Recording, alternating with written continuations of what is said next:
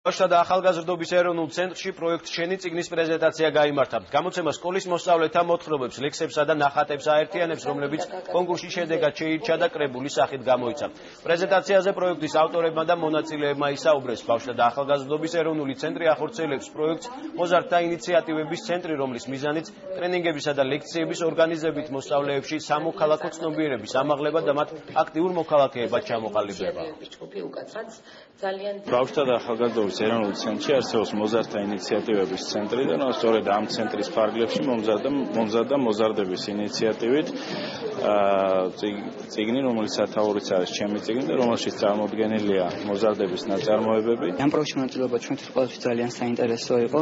ამ პროექტის სამოქალაქო ინიციატივების შესახებ გავიგეთ სკოლაში. ამ პროექტის მიზანი იყო ჩაგვეტარებინა რაიმე ისეთი აქტივობა, რაც სასარგებლო იქნებოდა საზოგადოებისთვის. ჩვენ მოვიფიქრეთ შეგვეტარებინა პროექტი, რის მიხედვითაც გამოვცემდით წიგნს.